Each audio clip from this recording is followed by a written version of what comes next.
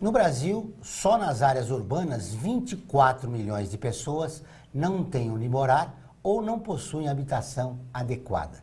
Segundo a Organização Mundial das Nações Unidas, em 2030, 40% da população do planeta vai enfrentar esse problema. A ONG Teto é uma organização internacional que atua há 10 anos no Brasil, pelo direito das pessoas que vivem em condições precárias de moradia. Hoje vamos receber no programa Bruno Dias, diretor social da ONG Teto Brasil. Está no ar o Observatório do Terceiro Setor, o olhar da cidadania.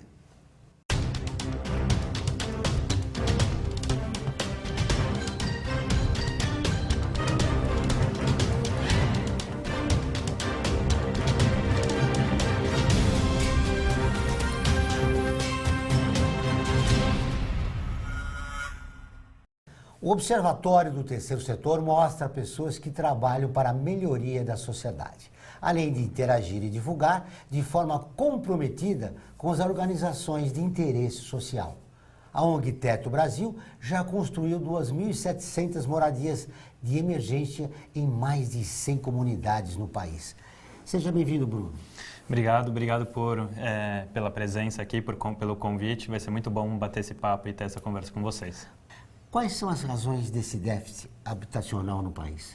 Olha, a problemática ela é antiga, né? Então, desde o processo de industrialização tardio que o Brasil sofreu, teve uma grande migração de moradores das áreas rurais para as zonas urbanas. Então, desde esse processo, que já vem aí da década dos anos 50, 60, teve um boom, um crescimento exponencial das pessoas vindo morar nas grandes cidades. Então, é justamente nessa época que tem uma reversão, onde que a maior parte da população fica nas zonas urbanas e já não mais nas zonas rurais.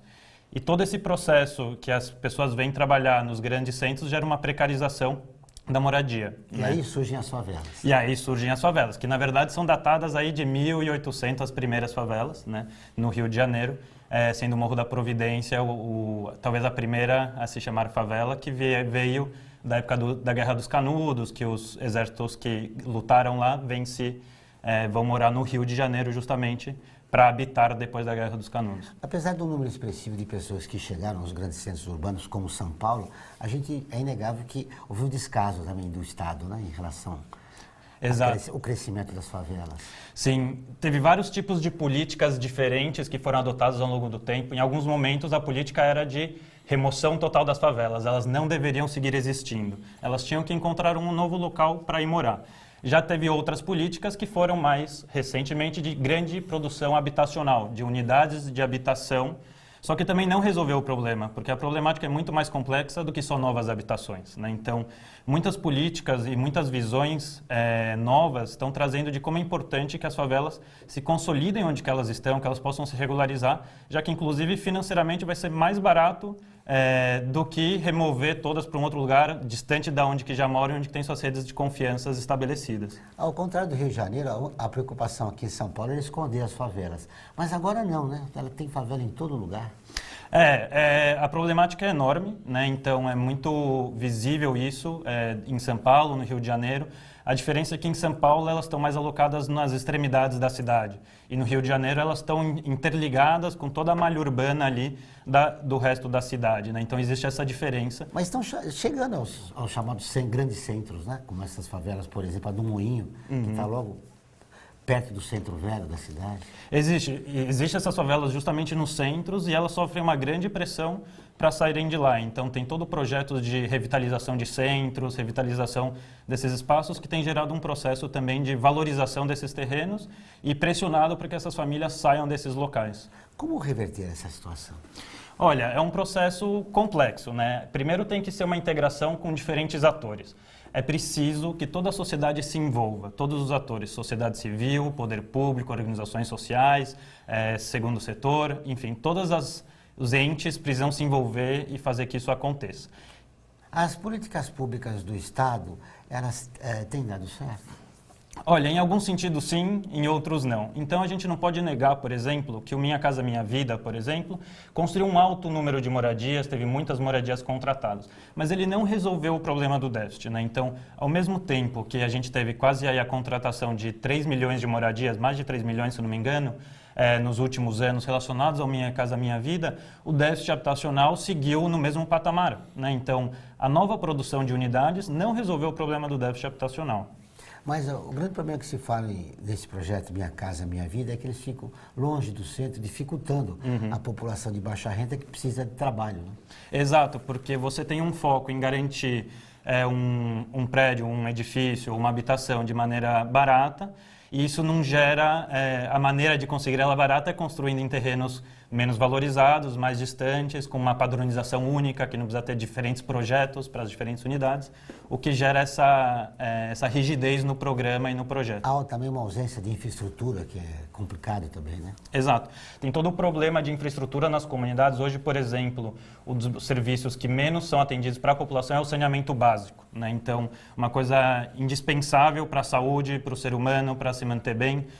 O saneamento básico hoje não consegue atender grande parte da população, é o serviço menos atendido em toda a população. Hoje o Rio de Janeiro sofre uma grande crise lá na Rocinha. São Paulo pode enfrentar o mesmo problema?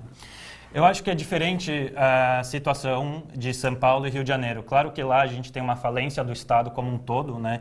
Uma crise financeira tremenda no Estado, que é diferente da situação do Estado de São Paulo, que está, em teoria, com suas contas em dia, né? Pelo menos o que aparece. No entanto, lá tem uma problemática que é relacionada com a violência, né? A violência no Rio de Janeiro é um tema muito complexo, né? E vem desde as questões das facções, das diferentes facções lá, o que não acontece da mesma maneira aqui, né? Lá tem muitas facções brigando entre si, o que gera uma escalada da violência muito maior e, claramente, os mais afetados são as favelas, são as pessoas que vivem em situação mais vulnerável na cidade. Mas as pessoas que residem nas comunidades, ou seja, nas favelas aqui em São Paulo, também reclamam, por exemplo, da atuação da polícia. Claro. Acho que aí existe uma questão bem importante, que é qual que é a maneira da polícia atuar frente a situações de vulnerabilidade social, né? E aí tem um estigma da própria polícia em atender ou só ir atrás de pessoas pobres, negras, que são mais visadas pela polícia, né? Então tem um olhar, inclusive, preconceituoso da atuação da polícia nesse sentido, que é muito preocupante. A gente precisa mudar esse cenário. Muito bem. Você sabia que todas as terças e quintas-feiras, ao vivo, às 14 horas, tem um programa de rádio Observatório do Terceiro Setor? Não? Nós recebemos especialistas que, junto com os ouvintes, debatem os principais temas da atualidade e do terceiro setor. Você pode ouvir pela Rádio Trianon AM 740 ou em qualquer lugar do mundo pela internet do seu celular, computador ou tablet, pelo link que aparece na sua tela. Participe e ajude a construção de uma sociedade mais justa, solidária e sustentável. Nós voltamos depois do intervalo. Aguardem.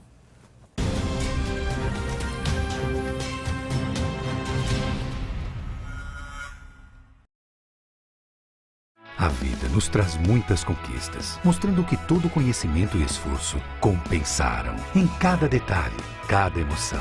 Estudar na FIA me fez crescer profissionalmente e a conquistar um objetivo maior, que foi a felicidade de ajudar meus filhos numa carreira brilhante. E a FIA compartilha esses sonhos com a melhor estrutura, corpo docente e networking que conduzem ao sucesso e à felicidade. FIA, sua maior conquista. Olá, eu sou Laura Gelbert, da ONU News. Notícias das Nações Unidas e do mundo você acompanha na página e nos programas do Observatório do Terceiro Setor, parceiro da ONU News. E para acompanhar diretamente a ONU News em português, acesse nossa página e redes sociais. Até lá!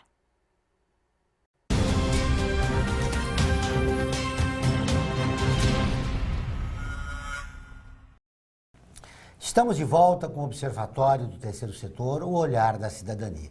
No nosso canal do YouTube, todos os programas de TV estão disponíveis para você assistir quando e onde quiser. Lá você encontra o 3 News, com notícias inéditas toda sexta-feira. Para ter acesso ao conteúdo do canal, basta acessar youtube.com/Observatório 3 Setor e clicar no ícone inscrever-se. Vale a pena conferir. Muito bem, Bruno, agora vamos falar um pouco do trabalho realizado pelo Teto. Qual é o projeto de vocês principal é a construção de moradias de emergência. Mas vocês estão ampliando, né, as atividades sociais? Exato. A gente tem um foco de desenvolver e garantir os direitos da comunidade. Então, tem o nosso principal projeto, que é a moradia de emergência, realmente, que é o que a gente mais tem trabalhado. No entanto, a gente tem desenvolvido esses projetos de infraestrutura ou de melhora das condições do entorno da comunidade. Então, a gente faz reformas de quadras, por exemplo, reformas de escadas. A gente tem trabalhado também com hortas comunitárias, diversos projetos que tendem a atender as principais demandas daquela comunidade. Então, geralmente, a própria comunidade traz quais são esses projetos que a gente quer trabalhar. E, a partir disso, desse diagnóstico, a gente vai lá e põe a mão na massa junto com eles. Você falou no bloco anterior da pressão do poder econômico em áreas muito valorizadas. Quais as principais dificuldades do trabalho do teto? Uma das dificuldades por esse ponto é a questão da instabilidade jurídica das comunidades. Então, muitas comunidades sofrem uma pressão frequente do poder público e do judiciário para que eles saiam dali, né? Então, processo de reintegração de posse, processos jurídicos complexos, que a gente precisa trabalhar e, junto com as comunidades, defender o direito delas de permanecer no local, de garantir um direito digno à moradia. Com a crise econômica, tem mudado o perfil dos moradores nessas comunidades? Olha, a gente tem percebido um adensamento das comunidades, né? Então, tanto adensamento como crescimento de novas comunidades têm surgido, novas ocupações, novos processos de resistência nas próprias comunidades a gente tem visto. Tem, sim, realmente aumentado as comunidades com as quais a gente trabalha. Tem sido possível dar uma resposta a esse trabalho? Olha, nosso compromisso é com aquela comunidade que a gente se comprometeu, então a gente tende a abordar as principais problemáticas. Então, quando surge esse tema, a gente tenta realmente trabalhar e fortalecer o nosso trabalho nas comunidades. O importante também é falar um pouco de como funciona o trabalho que vocês realizam. Uhum. Como funciona o teto? O teto ele funciona da seguinte maneira. A gente primeiro diagnostica quais são as principais comunidades mais vulneráveis por trabalhar, e a partir disso a gente faz uma apresentação para a comunidade ver se ela tem interesse de trabalhar com a gente. A partir daí, a gente diagnostica quais são os principais projetos que eles querem desenvolver e a gente estabelece um plano de ação com aquela comunidade e com os projetos que a gente vai assumir em compromisso com eles, né? Um deles que sempre surge é da moradia de emergência, né, que a gente já comentou, e também surgem esses outros projetos de melhoria das condições do entorno da comunidade. O importante é que vocês propõem uma solução não assistencialista, né? Exato. A gente tem o intuito de empoderar as comunidades através das capacidades comunitárias, que a gente chama. Então, em todos os nossos projetos, a gente preza por 4 grandes pilares, que é a identidade comunitária, a participação comunitária, a organização comunitária e o vínculo com outros atores. Então, todos os nossos projetos tendem a vincular esses 4 pilares para fazer a comunidade se empoderar e que possa futuramente ter uma autogestão adequada. Tem sido fácil mobilizar a comunidade? É sempre um processo complexo, porque é um processo cultural do nosso país. Então, a própria população, muitas vezes, do Brasil não está interessada em participar, certa desconfiança. Mas quando eles veem o projeto acontecendo, quando eles veem a própria comunidade se mobilizando para outros projetos, vão vindo mais moradores se juntando. Então, sempre é possível fazer. A população de baixa renda está consciente dos seus direitos? É um processo de conquista que tem que se conscientizar e é um processo de construção de cidadania. Porque, historicamente, os cidadãos nunca foram vistos como detentores de direitos, né? Senão que mais como consumidores de serviços públicos. E a gente tem que mudar essa lógica, né? De passar de consumidores para cidadãos. E esse é o grande transformação que a gente busca trabalhando com as comunidades também. É o grande desafio do país, né? É o grande desafio do país. Ô Bruno, quem tem direito, pessoas ou comunidades, de receber esse trabalho que o teto realiza? A gente prioriza as comunidades que estão em maior situação de vulnerabilidade. Então, a gente faz uma pesquisa que levanta indicadores e também vê toda a questão subjetiva e social daquela comunidade e, a partir disso, prioriza as que estão em situação de maior vulnerabilidade. Então, qualquer comunidade que tenha o interesse de trabalhar com o teto e receber o projeto do teto, trabalhar com a gente faz uma pesquisa, análise inicial e, a partir disso, vê se tem possibilidade de trabalhar naquela região.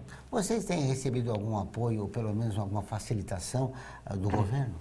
A gente sempre tenta articular esforços, né? Então, por exemplo, em Campinas, recentemente, a gente estava articulando esforços para uma situação de emergência que aconteceu lá, onde que cerca de 40 moradias incendiaram e a gente fez uma articulação com o poder público lá de Campinas para poder atender de melhor maneira, né? Então a gente sempre tenta essa articulação com o poder público para melhorar o nosso trabalho nas comunidades. Inclusive com o Ministério Público, né, para apurar esses incêndios. Aconteceram mais de 200 incêndios nos últimos tempos, né? Exato. Então a gente tem uma parceria, um contato muito forte com a Defensoria Pública também. Ela sempre auxilia a gente em certos projetos nas comunidades, principalmente os que estão relacionados com a situação jurídica. A gente trabalha com outros atores também do Poder Público, Secretarias de Habitação e outras secretarias para impulsionar esses projetos, porque sempre é um processo complexo. Falando de atores, o Teto trabalha com um ator importante, que é o voluntário. Como é isso?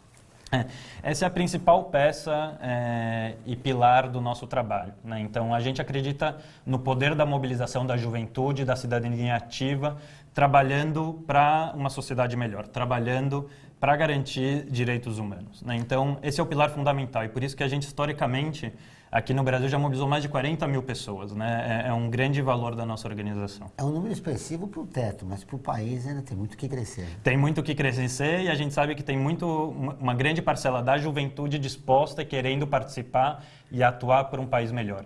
Então a gente acredita que tem muito potencial ainda. Exatamente. Apesar de você ser uma pessoa esperançosa, Bruno, você tem consciência de que mais jovens poderiam se engajar nesse trabalho? A sua expectativa em relação hoje às pessoas da sua geração, elas estão dando uma resposta adequada para a crise do país? Elas estão precisando e estão pedindo espaços de participação. Hoje, grande parte dos espaços que estão institucionalizados e que estão presentes no nosso país estão desacreditados, né? Então, as pessoas estão buscando um local onde participar, onde que trabalhar, onde que fazer a diferença. E o Teto está de portas abertas para isso, porque é a partir da nossa organização e desse envolvimento que a gente quer transformar a sociedade. Nós vamos para o intervalo e voltamos dentro de instantes.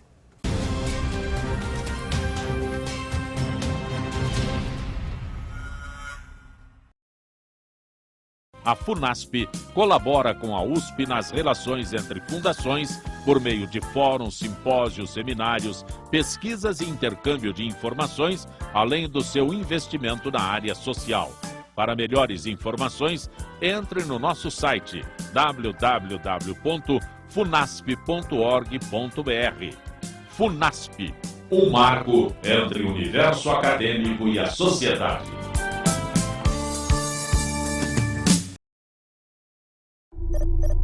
Internacionalizar a economia afeta o seu emprego? Para onde vai o Brasil? Ter opinião sem análise é só repetição, repetição, repetição, repetição, repetição, repetição, repetição, repetição, repetição. Informação é importante, análise é fundamental. Le Monde Diplomatique Brasil, independente e crítico.